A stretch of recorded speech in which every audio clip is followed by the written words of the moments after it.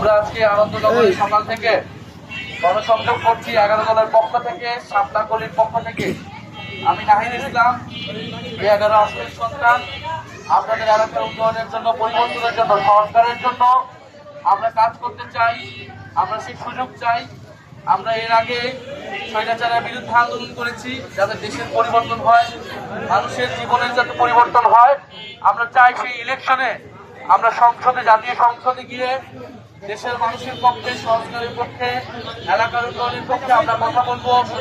হাদি হত্যার বিচার নিয়ে আমরা কথা বলবো। আমরা সেই দেশ সংস্কারের জন্য আপনাদের কাছে হা ভোট চাচ্ছি।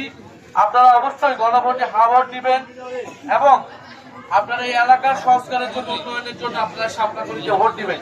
শাপলাকলি জনগণের কথা বলবে, মানুষের কথা বলবে।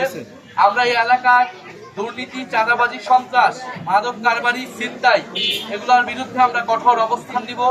আমরা চাই না এলাকায় নতুন করে চাঁদাবাজের মহড়া তৈরি হোক, সন্ত্রাসীদের মহড়া তৈরি হোক। আমরা 5ই আগস্টের পরে এই ধরনের জিনিস এলাকায় দেখতে চাই না, কিন্তু নতুন করে আবার শুরু হয়েছে। 12ই ফেব্রুয়ারি আপনাদের কাছে সুযোগ এসেছে। আপনারা আপনাদের জনপ্রতিনিধি ঠিক করবেন, যারা সংসদে আপনাদের পক্ষে কথা বলবে, জনগণের পক্ষে কথা বলবে এবং গণভোটে যারা সংস্কারের কাজ বাস্তবায়ন করবে। ইনশাআল্লাহ 12ই ফেব্রুয়ারি আপনারা যদি সাথে থাকেন, আমরা ভোট কেন্দ্রে থাকবো। আপনারা নির্ভয়ে, নির্বিঘ্নে ভোট দিতে আসবেন। আপনারা শাপলাকলিকে ভোট দিন। আমরা আপনাদের পাশে থাকবো, এলাকার মানুষের সাথে থাকবো, সুখে দুঃখে। যে কোনো সময় আপনারা আমাদেরকে পাবেন।